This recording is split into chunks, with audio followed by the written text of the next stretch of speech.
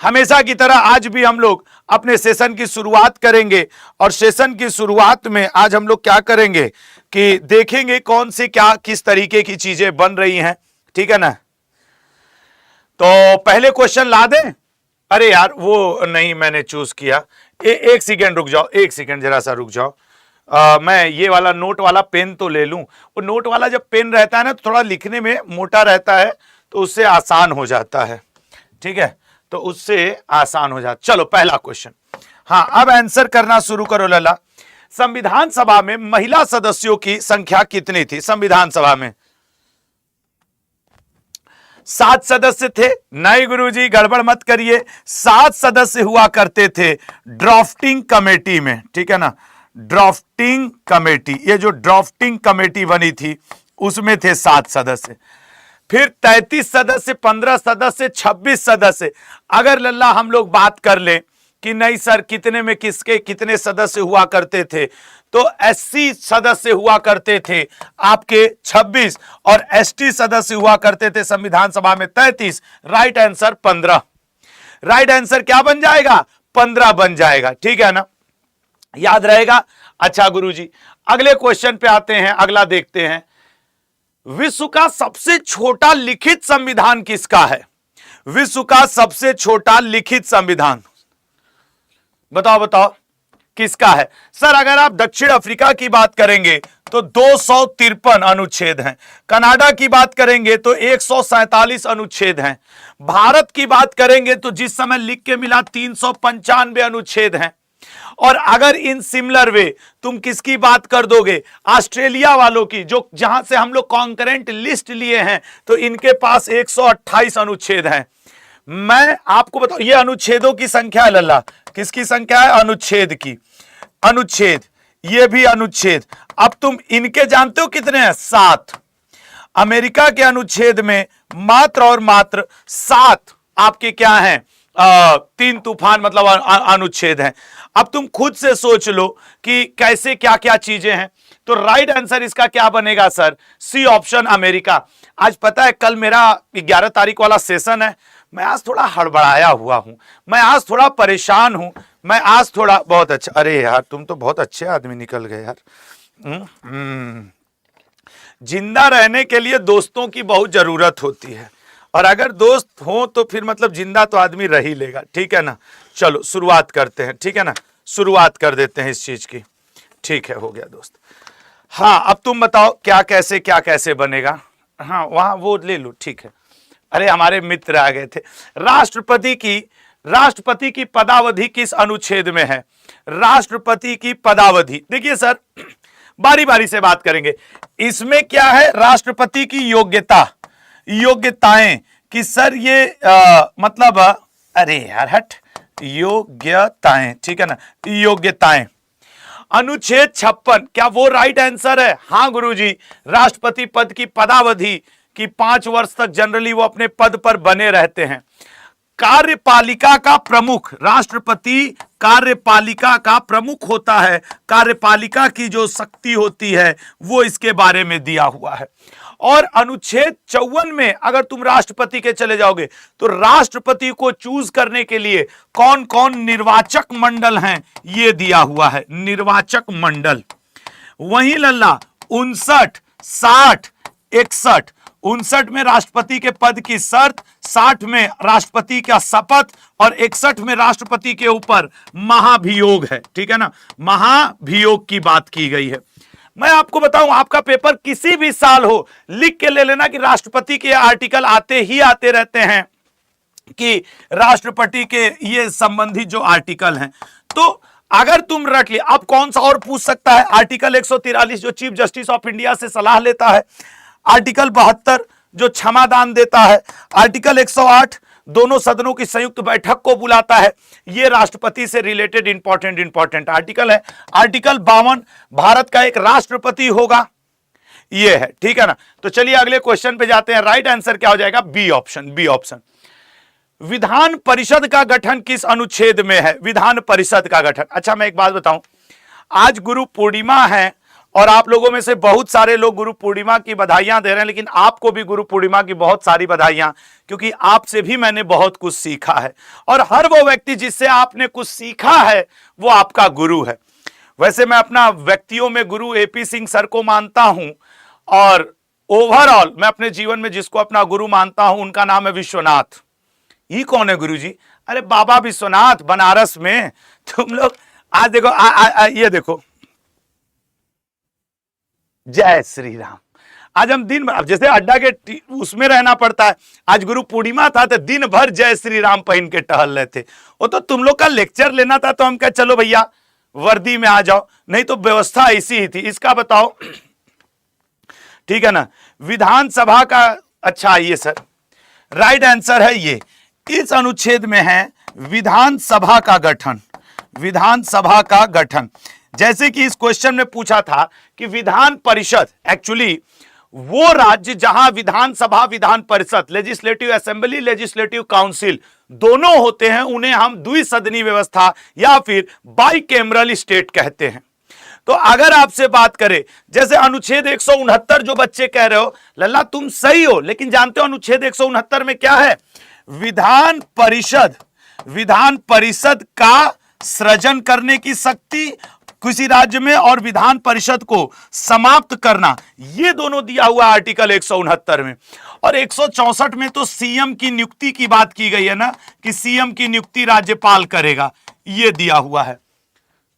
तो जो लोग 169 कह रहे हो, गलत नहीं कहे, लेकिन उसमें किसी भी राज्य में भी, जैसे कि आपके महाराष्ट्र है, बिहार है, उत्तर प्रदेश है, ये सब बाइकैमरल है, द्विसदनी है। यहां पे एमएलए जो विधानसभा में बैठते हैं और एमएलसी जो विधान परिषद में बैठते हैं, ये हैं दोनों विधायक, ये विधानसभा वाले, ये विधान परिषद वाले।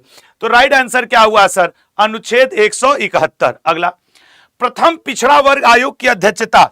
देखो मैं आसान क्वेश्चन आजकल प्रैक्टिस नहीं करवा रहा हूं। रीजन है, अरे एक लोग कह रहे सर वॉइस प्रॉब्लम आ रही है क्या मेरे लल्ला?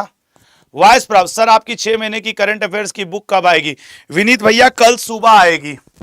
और इस बुक को इस बार सपोर्ट करना यार सब लोग, ठीक है ना? क्योंकि मेरी 2 ही किताब आएगी, एक एमटीएस के लिए आएगी इस महीने के लास्ट में, और एक ये करंट अफेयर, मतलब एमटीएस का फुल पैकेज।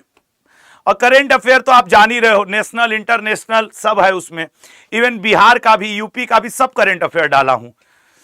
अच्छा, प्रथम पिछड़ा वर्ग आयोग की अगर बात करें तो काका कालेकर, काका काले, ये द्वितीय पिछड़ा वर्ग आयोग के हैं, जिसको आप बीपी मंडल कहते हो, द्वितीय पिछड़ा वर्ग आयोग। ये भी कई बार पूछता है, द्वितीय पिछड़ा वर्ग आयोग, द्वितीय पिछड़ा वर्ग आयोग के, इन्हीं को बीपी मंडल का समिति कहा जाता है। कई बार आप लोगों ने चर्चाओं में सुना होगा बीपी मंडल समिति, वो द्वितीय बिंदेश्वरी प्रसाद मंडल। राजेंद्र प्रसाद तो सर संविधान सभा के हेड थे, इनकी क्या ही बात की जाए। एलएम सिंघवी पंचायती राज के लिए भी ये समिति बनी है, और जो भारत में प्रवासी भारतीय दिवस मनाया जाता है उसके लिए भी, प्रवासी भारतीय दिवस के लिए भी जो समिति बनी थी, उसके हेड भी एलएम सिंघवी थे। 2003 में वाजपेयी जी के गवर्नमेंट में इन्होंने सलाह दिया था कि 9 जनवरी को प्रवासी भारतीय दिवस मनाया जाए, वो भी बात याद रखना। तो कुल मिला जुला के 2 पिछड़ा वर्ग आयोग हैं। पहला पिछड़ा वर्ग आयोग काका कालेलकर और दूसरा पिछड़ा वर्ग आयोग बिंदेश्वरी प्रसाद मंडल जी। 5 क्वेश्चन यहां पे खत्म होते हैं, ए ऑप्शन सही है। अब शुरू होगा जियोग्राफी, ठीक है ना? अब शुरू किया जाए जियोग्राफी। तो भैया सब लोग याद रखना, कल आप लोग को साथ देना है, ठीक है ना? आइए सर, निम्न में से कौन पंचनद का हिस्सा नहीं है? जब भारत में आर्य लोग आए थे तो शुरू में सप्त सैंधव प्रदेश या पंचनद, 5 नदियों के क्षेत्र में रहते थे। हालांकि यह क्वेश्चन जियोग्राफी का है, तो सतलज है गुरुजी, ब्यास है गुरुजी, रावी है गुरुजी, तो कौन नहीं है पंचनद में? सर सिंधु नहीं है, क्योंकि अगला जो है वो है चिनाब, ठीक है ना? चिनाब रिवर जो है लल्ला वो पंचनद में है, झेलम रिवर लल्ला पंचनद में है। लेकिन ये 5 नदियां कहीं ना कहीं जाकर के आपके किससे मिल जाती हैं? सिंधु नदी से। ये 5 नदियां जहां पे सिंधु नदी से मिलती हैं, पाकिस्तान का एक शहर है मिठानकोट, मिठानकोट पे ये 5 नदियां जाके सिंधु नदी में मिल जाती हैं। जैसे ब्यास सतलज में मिलके जाती है लेकिन पहुंचती तो फाइनली यहीं पे। तो कई बार ये क्वेश्चन कर देता है कि आपके वह कौन से पाकिस्तान के किस जगह पे चिनाब, सतलज, ब्यास, रावी, झेलम जाके सिंधु से मिल जाती हैं। आपके किससे लल्ला? मिठानकोट पे। और इसका राइट आंसर क्या हो जाएगा? सिंधु। मसूरी पर्यटक स्थल कहां है? मैंने आपके पिछले कई साल के पेपर का एनालिसिस किया, फिर मैंने ये पाया कि कुछ ऐसे जगह हैं जिनका कि ज्यादा आपसे पूछ रहा है। जैसे पूछता है अल्मोड़ा, नैनीताल, रानीखेत, दार्जिलिंग और आपके डलहौजी। कौन कौन सा? ये देखो कि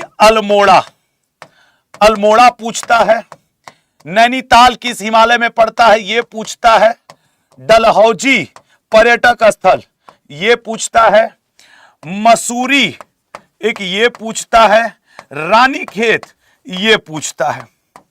उसी तरीके से केदारनाथ हिमालय की किस श्रेणी में पड़ता है? बद्रीनाथ ये सब आप जान रहे हो ना, फेमस है। बद्रीनाथ, केदारनाथ और ये माउंट एवरेस्ट ये भी तो एक पर्यटक स्थल है। माउंट एवरेस्ट, नीलकंठ ये कहां पड़ता है सर? मतलब किस हिमालय में पड़ता है? माउंट एवरेस्ट ये लो।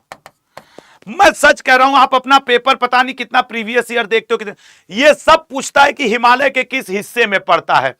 आज के बाद याद रखना, मसूरी हो, रानीखेत हो, डलहौजी हो, अल्मोड़ा हो, नैनीताल हो, सब के सब सर पड़ते हैं मध्य हिमालय में, सब के सब मध्य हिमालय में। अच्छा सर, ये जो है अब आपके माउंट एवरेस्ट, नीलकंठ, केदारनाथ और बद्रीनाथ सब पड़ते हैं बृहद हिमालय में। वैष्णो देवी, ठीक है ना, ये वाला पेन आपको कम दिख रहा होगा, वैष्णो देवी जी, ठीक है ना, वैष्णो देवी जी ये जो त्रिकुट पहाड़ियों के ऊपर कश्मीर हिमालय में पड़ता है। आप अमरनाथ लोग जाते हैं, अमरनाथ, मुझे पता है इस पेन का कलर आप लोगों को नहीं दिख रहा है, लेकिन अब चूंकि मैंने ये दिख रहा होगा ना, आप स्क्रीनशॉट ले लो। आपके पेपर में इससे ज्यादा पर्यटक स्थल हिमालय के नहीं पूछता है। और अगर आपको ये नहीं आता है, ठीक है ना सर, तो समझ लीजिए कि आप गड़बड़ कर रहे हैं। स्क्रीनशॉट ले लो, ये बहुत इंपॉर्टेंट क्वेश्चन है लल्ला। ये 2 2 4 1 5 6 7 8 9 10 11 ये 11 अलग अलग क्वेश्चन है जो एक क्वेश्चन में लाया हूं आपके लिए, ठीक है ना। अगले पॉइंट पे आते हैं। तो सर राइट आंसर है ए। निम्न में से किस लकड़ी का प्रयोग रेलवे स्लीपर बनाने में किया जाता है? रेलवे स्लीपर, देखो जब आप कोई सामान की पैकिंग के लिए लुगदी बनाते हो, लुगदी समझते हो ना, लुगदी बनाने में स्प्रूस की लकड़ी का प्रयोग किया जाता है। हिमालय के ऊपर करीब 2500 मीटर जब ऊंचाई पे जाओगे तो नीला पाइन मिलता है, और नीला पाइन का ही उपयोग किया जाता है रेलवे के स्लीपर बनाने में। ये जो वॉलनट है, जो नहीं हम लोग जैसे हारमोनियम बजाते हैं या सितार उतार बजाते हैं, वाद्य यंत्र जितने म्यूजिकल इंस्ट्रूमेंट हैं उनका जो कैबिनेट होता है वाद्य यंत्र बजाने का लल्ला, वो वॉलनट की लकड़ी से, और विलो की लकड़ी से क्रिकेट का बैट, ठीक है ना, क्रिकेट बैट। ये अलग अलग पेपर के आपके क्वेश्चन हैं। अब इस तरीके की लुगदी बनाने में हम किस पेड़ की लकड़ी का प्रयोग करते हैं? नीला पाइन का प्रयोग किसके लिए करते हैं? हिमालय पे 2500 मीटर की ऊंचाइयों पे पाया जाता है नीला पाइन का पेड़, जिससे हम रेलवे के स्लीपर्स बनाने में सबसे मजबूत, वैसे हम लोग देवदार वगैरह के पेड़ का भी प्रयोग करते हैं, लेकिन सबसे मजबूत इससे बनता है, समझ रहे हो? तो ये है, ठीक है ना। सर एसएससी एमटीएस का बुक नजदीक है, क्या करें? अरे यार एमटीएस के ऊपर किया जाएगा यार, एमटीएस को मत परेशान हो। एमटीएस की सीट के लिए बोल रहे हो ना, कल परसों आंदोलन कर दिया जाए क्या? एमटीएस के लिए बनाओ, मूड तो कर ही दिया जाए। कल मेरी किताब की लॉन्चिंग है और उसके ही लगे हाथ एमटीएस की सीट वैकेंसी बाहर करें, इसके लिए अब शुरू हो जाए। नहीं तो कहो कल कौन वार हो जाएगा? 11 तारीख शुक्रवार, शनि रवि गवर्नमेंट वाले ऑफिस ऑलमोस्ट बंद रहते हैं। मंडे को दिल्ली के एसएससी ऑफिस पहुंच जाऊं, मंडे अब अगर आना होगा तो शनिवार रविवार को आ जाएगी एमटीएस की सीट, वो आनी ही है, और नहीं तो मंडे को एसएससी एमटीएस के ऑफिस, ठीक है ना। एकमात्र टीन उत्पादक राज्य, मैं जाऊंगा, तुम निश्चिंत रहो, मैं जाऊंगा, मैं पहुंचता हूं एमटीएस के ऑफिस, मतलब एसएससी के। एकमात्र टीन उत्पादक, सर देखिए भारतीय खनिज का हृदय स्थल भी यहीं पर है, ये इसको सर कहा जाता है, ये कई बार पूछा है, भारतीय खनिज का हृदय स्थल, भारतीय खनिज का हृदय स्थल, ठीक है ना, ये है। अच्छा सर, ओडिशा, आंध्र प्रदेश, अभी आंध्र प्रदेश में हम लोग पढ़े थे बागपट्टम बाइराइट्स, बाइराइट्स का एकमात्र विश्व का सबसे बड़ा उत्पादक बापट्टम आंध्र प्रदेश में, जबकि ओडिशा में बॉक्साइट का सबसे बड़ा उत्पादक है। राइट आंसर है छत्तीसगढ़। एकमात्र टीन उत्पादक राज्य छत्तीसगढ़ है। छोटा नागपुर पठार को हम लोग भारतीय खनिज का हृदय स्थल भी कहते हैं, यह भी याद रखना। ये जानबूझ के मैंने डाला था कि ये इंफॉर्मेशन आपको मैं दे सकूं, क्योंकि ये कई बार पूछा है। अच्छा सर, अगले क्वेश्चन पे आते हैं, ये ऑप्शन करेक्ट है। केंद्रीय सिल्क बोर्ड का गठन कब किया गया था?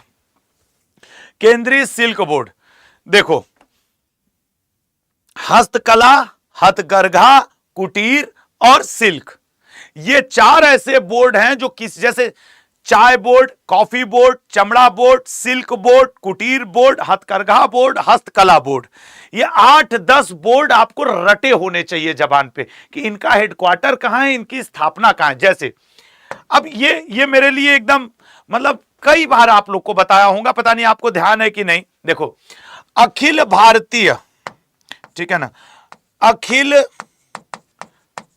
भारतीय हस्तकला बोर्ड, ये पड़ता है लल्ला यहां। और हथकरघा हैंडलूम बोर्ड यहां पड़ता है, मतलब 1950 में स्थापना हुई। हस्तकला बोर्ड की स्थापना कब हुई सर? हस्तकला बोर्ड की 1953 में। साथ ही साथ कुटीर उद्योग, जिसका गांधी जी ने भी डीपीएसपी में जिक्र करवाया है, कुटीर उद्योग बोर्ड, इसकी स्थापना हुई थी 1948, 1949 में हुई थी सिल्क बोर्ड की। मैं फिर कह रहा हूं, चाय बोर्ड, कॉफी बोर्ड, तंबाकू बोर्ड, सिल्क बोर्ड, कुटीर उद्योग बोर्ड, हथकरघा बोर्ड, हस्तकला बोर्ड, अगर इतना आपको याद है तो समझ लीजिए 1 नंबर आपके लिए तैयार है, ठीक है ना। बोर्ड ये रटना तो पड़ेगा जीएस में, इसमें कोई दो राय नहीं है। जीएस में आप सब कुछ नहीं समझ सकते हो, बहुत कुछ आपको जीएस में रटना पड़ता है। अगले क्वेश्चन पे आते हैं तो राइट